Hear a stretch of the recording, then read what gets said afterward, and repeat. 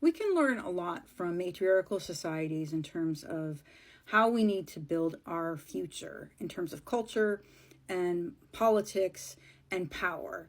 But there is one thing that I don't hear anybody talking about, and it's really baked into our system. It's asymmetrical power.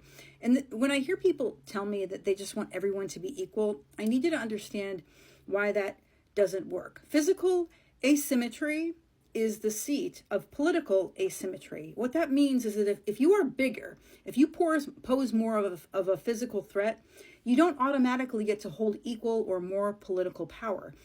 You actually cannot hold more or equal political power unless you want patriarchy. In our society, women or children, or the categories of women and children, need to hold more political power because they have less physical power.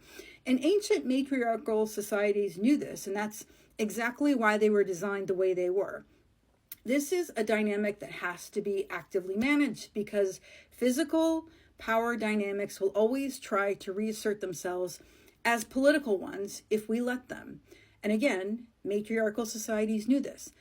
So if we're pulling from matriarchy within the system we currently have, if we actually want to shift the weight towards something more egalitarian, we have to actively shift the weight toward women having more political power and protection. And that raises an interesting question, because at the heart of matriarchy, we don't rely on hierarchy to function at all. But to create more symmetry inside the system, we have to gain more political power. So how do we do it? We use the current system to place people who carry women-centered values into leadership roles and values around feminine political primacy and the primordial feminine. We have to intentionally organize it that way. We have to intentionally organize our society around the values women have usually carried. Care and gift economies and consensus and universal basic income and the tending of relationships instead of just accumulation of control. Just putting more women in power doesn't fix asymmetrical power.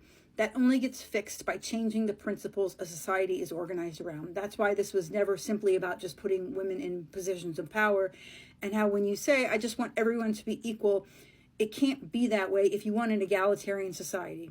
Personally, I think we are headed in the right direction, but what I need people to understand and embrace is this. If you hold more power physically, society has to correct for that with less power politically. That's just how it needs to work.